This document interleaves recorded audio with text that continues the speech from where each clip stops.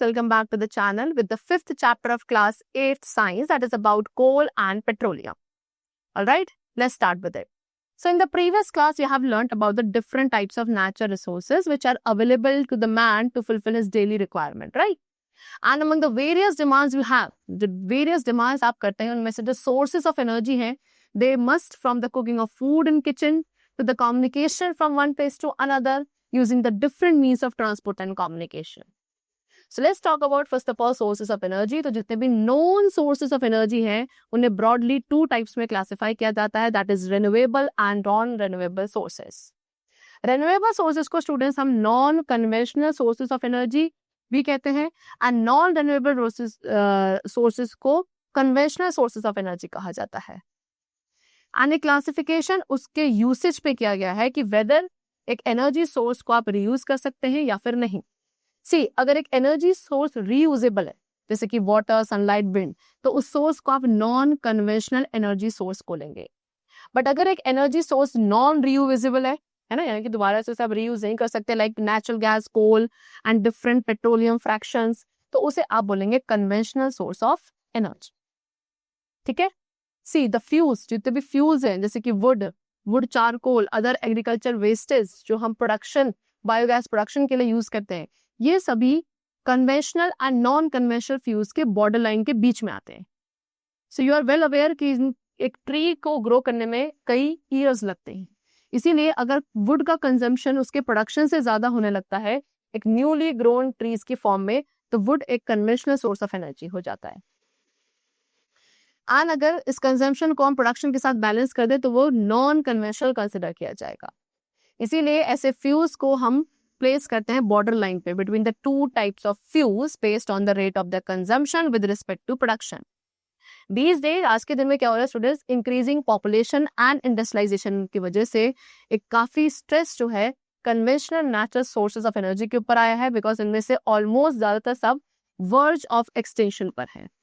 And it has also compelled the human beings to try to harness the other non-conventional energy sources to meet the increasing energy demand. Now, fossil fuels. See students, coal and petroleum major fuels हैं जिन्हें large amount में use किया जाता है at present.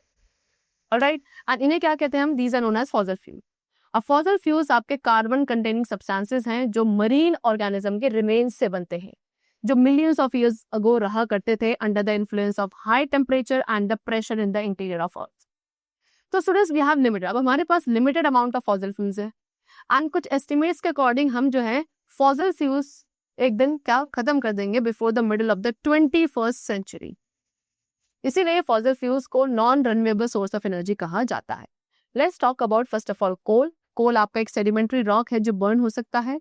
Coal deposits का जो formation है वो लॉन्ग अगो हुआ था, किसकी वजह से? प्लांट मैटर के डिकम्पोजिशन की वजह से, which were buried under the ground. And coal एक कॉम्प्लेक्स मिक्सचर है किसका? Carbon, hydrogen and oxygen and कुछ फ्री कार्बन कंपाउंड्स का. जैसे कि they have given you over here anthracite. Anthracite क्या है? इसके अंदर 90% कार्बन कंटेंट है. ये डिफरेंट टाइप्स ऑफ कोल है. बिटुमिनस के अंदर 80% कार्बन कंटेंट होता है, लिग्नाइट में 70% एंड पीट के अंदर 60%. उसके अलावा स्टूडेंट के अंदर कुछ small amount of nitrogen and sulphur भी होता है. कोल आपका इंपॉर्टेंट है बिकॉज इसे आप as a source of other fuel भी यूज करते हैं, like coal gas and synthetic petrol. We know कि वुड आपका क्या है? स्टार्टिंग मटेरियल है कोल का, and depending on the extent of carbonisation हमें डिफरेंट वेराइटीज ऑफ कोल मिलता है. तो जब कोल को स्ट्रांगली हीट करेंगे अबाउट 1273 केल्विन टू 1373 केल्विन के टेम्परेचर तक, वो भी in the absence of air, तो वो डिकम्पोज होकर coal gas, coke, ammoniacal liquor and coal tar बना लेगा. एंड इस प्रोसेस को कहा जाता है destructive distillation. So let us study more about these components of coal. Number one, we have coal gas, one of the most promising method for making coal more efficient. ठीक है? And cleaner fuel that involves the conversion of coal to a gaseous form, that is coal gas. ठीक है? And इस process को कहा जाता है coal gasification. कोल gas आपका hydrogen, methane and carbon monoxide का मिक्सचर है. ये सभी गैसेस कोल गैस में प्रेजेंट होती हैं एंड बर्न होके हीट प्रोवाइड करते हैं. और इसकी वजह से कोल गैस एक एक्सीलेंट फ्यूल है जिसकी कैलोरीफिक वैल्यू काफी हाई होती है. इसे एज अ कुकिंग गैस आप यूज करते हो and in the past time इसको एज एन इल्यूमिनेंट भी यूज किया जाता था, also for the lightning homes, factories and street. Secondly coke को as the reducing agent use किया जाता है ब्लास्ट फर्नेसेस में, क्या करने के लिए, आयरन को एक्सट्रैक्ट करने के लिए from its source. And also इसे as a source of carbon use किया जाता है in the chemical industry and as a fuel also. Then we have ammoniacal liquid. Ammoniacal liquid को कन्वर्ट किया जाता है अमोनियम सल्फेट में, ठीक है, उसको डाइल्यूट सल्फ्यूरिक एसिड में एब्जॉर्ब करके, एंड अमोनियम सल्फेट को एज अ फर्टिलाइजर आप यूज करते हैं। कोलतार को पहले हम एज अ न्यूजेंस कंसिडर करते थे, इवन इसका डिस्पोजल भी एक बहुत प्रॉब्लम था। सब्सिक्वेंटली उसके बाद आप इसे रोड्स की सरफेसिंग के लिए यूज करने लगे, and it has now been found to be a rich source of aromatic hydrocarbon. After that petroleum. Student name जो पेट्रोलियम है इसका मतलब होता है rock oil. Petra means rock, oleum means oil. उसके अलावा आप इसे पेट्रोलियम कहते हो बिकॉज ये अर्थ क्रस्ट में फाउंड किया जाता है which is trapped in the rocks. इसको आप यूज करते हैं एक broad range of fossil hydrocarbons को डिस्क्राइब करने के लिए, जो कि गैसेस, लिक्विड्स एंड सॉलिड्स में फाउंड किए जाते हैं beneath the earth surface. And the two common forms of petroleum that is crude oil and the other one is natural gas. Crude oil एक कॉम्प्लेक्स मिक्सचर है alkane hydrocarbons का with water and earth particles, and जो final stage है refining की, उसमें impurities को remove किया जाता है जैसे कि सल्फर कंपाउंड्स को, एंड एक फ्यूल जिसके अंदर सल्फर प्रेजेंट है उसे आप बर्न करते हो तो सल्फर डाइऑक्साइड में टर्न हो जाता है, जो अगेन एक एसिडिक गैस है। सो इसीलिए इसको प्योरीफाई या रिफाइन किया जाता है, ठीक है, किसी स्पेसिफिक पर्पस के लिए यूज करने से पहले। एंड जो प्रोसेस है क्रूड पेट्रोलियम को सेपरेट करने का into more useful fraction that is called refining.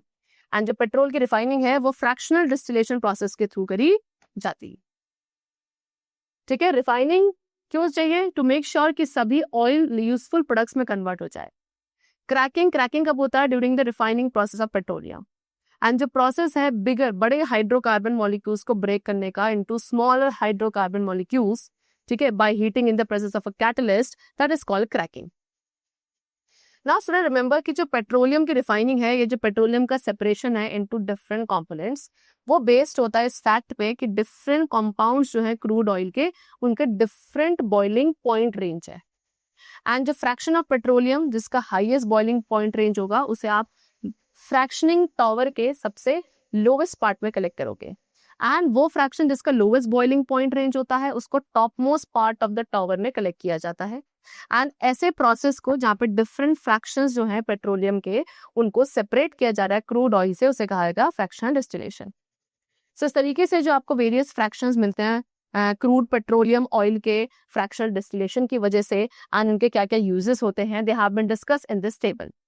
Like number 1 we have gaseous hydrocarbon, ठीक है, अप्रोक्सीमेट इसमें C1 to C4 तक का कॉम्पोजिशन होता है, बॉइलिंग रेंज होती है अप टू 303 केल्विन। यूज क्या है कि इसे एज अ फ्यूल गैस आप यूज करते हैं after liquefaction as carbon black. Secondly crude naphtha, इसका बॉइलिंग रेंज होता है 303 to 363 kelvin. As a solvent use किया जाता है वार्निश एंड रबर इंडस्ट्रीज में, and also for the dry cleaning. Petroleum ether और पेट्रोलियम गैसोलीन, इसका कितना पॉइंट है? 363 to 393 केल्विन का बॉइलिंग रेंज होता है। मोटर फ्यूल के लिए आप इसे यूज करते हैं for the light vehicles, dry cleaning के लिए, ऑलराइट। देन बेंजीन का जो पॉइंट है बॉइलिंग रेंज वो है 393 to 423 केल्विन, इसे भी ड्राई क्लीनिंग के लिए यूज किया जाता है। एंड कैरोसिन ऑयल का बॉइलिंग रेंज है 423 to 513 केल्विन, एंड इसे एज अ फ्यूल यूज किया जाता है फॉर द स्टोव, ठीक है, ऑयल गैस की मैन्युफैक्चरिंग के लिए, एज एन इल्यूमिनेंट भी आप इसका यूज करते हैं। Fuel oil, gas oil, diesel oil, furnace oil, सबका बॉइलिंग रेंज है 513 to 623 केल्विन का।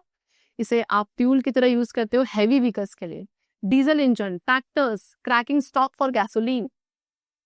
Lubricant oil, medicinal oil, motor oil, grease, इन सभी का बॉइलिंग रेंज अबव 543 केल्विन होता है। पेंट ऑयल, ट्रांसफार्मर ऑयल, ये ल्यूब्रिकेशन पर्पस के लिए आप इसका यूज करेंगे। Paraffin wax, petroleum jelly, petroleum wax, petroleum coke, इन सभी का 673 केल्विन से ही ऊपर का बॉइलिंग रेंज होता है। इन्हें आप ointment, candle, paraffin wax, matches, paint, water proofing, as a solid fuel, shoe polishes, protecting paint, इन सभी पर्पस के लिए यूज करते हैं। And at last heavy fuel oil and bitumen, जिस जो रेसिड्यू बनता है आने से एज अ पेंट या रोड सरफेसिंग के लिए यूज किया जाता है। Alright, next we have natural gas. अब नेचुरल गैस क्या है स्टूडेंट? नेचुरल गैस आपका एक मिक्सचर है लाइट वेट एल्केन्स का। नेचुरल गैस का जो कॉम्पोजिशन है वो डिपेंडेंट है अपॉन द सोर्स, लेकिन एक टिपिकल सैंपल के अंदर 80% methane, 7% ethane, 6% propane and 4% butane होता है। Natural gas deep under the crust of the earth occur करती है, अलोन या तो अकेले होती है या पेट्रोलियम डिपॉजिट्स के साथ होती है। इसीलिए कुछ वेल्स को अर्थ के अंदर डक किया जाता है केवल नेचुरल गैस प्रोड्यूस करने के लिए, वेराज कुछ आपके natural gas as well as petroleum दोनों को ही प्रोड्यूस करता है। Then in the latter case natural gas एक बाय प्रोडक्ट है पेट्रोलियम का, ठीक है, जहां पे नेचुरल गैस एंड पेट्रोलियम दोनों मिल रहे हैं वहां पे नेचुरल गैस एक बाय प्रोडक्ट है पेट्रोलियम का। Propane and butane natural gas से सेपरेट हो जाते हैं एज एंड यूजुअली लिक्विफाइड किए जाते हैं अंडर प्रेशर, जिसे आप बोलोगे liquefied petroleum gas, that is LPG. And LPG को आप डोमेस्टिक एंड इंडस्ट्रियल फ्यूल की तरह यूज करते हो। CNG which is compressed natural gas, ये आपका एज अ फ्यूल यूज होती है ट्रांसपोर्ट के लिए as well as in the industries also. Next we have energy and environment. तो स्टूडेंट्स एनर्जी कंजम्पशन जो है मॉडर्न मैन के थ्रू वो डे बाय डे इंक्रीज हो रहा है। एंड अगर इसे हम प्रिमिटिव मैन के साथ कंपेयर करें तो modern man 100 times more energy use कर रहे हैं on a daily basis. And whenever जब भी एक न्यू टेलीविजन सेट या म्यूजिक सिस्टम आप घर पे लाते हैं तो वहां पे जो एनर्जी कंजम्पशन है हाउस का वो इंक्रीज हो जाता है।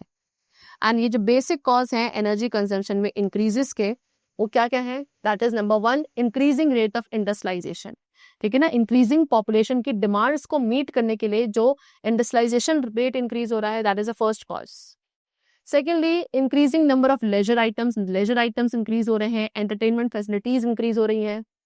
एंड एग्रीकल्चर प्रैक्टिसेस का जो मैकेनाइजेशन हो रहा है, यानी कि ट्रैक्टर्स का पहले हम यूज करते थे प्लो करने के लिए, थ्रैशर्स का यूज करते थे तो ग्रेन्स को थ्रैश करने के लिए, है ना, इन सभी चीजों को आप यूज करते हो आज के टाइम पर, along with the use of insecticide, pesticides and the chemical fertilisers which are manufactured in the industries.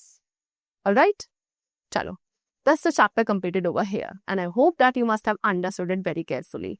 Next we will meet very soon in the new topic of science. Till then keep learning well. Thanks to everyone.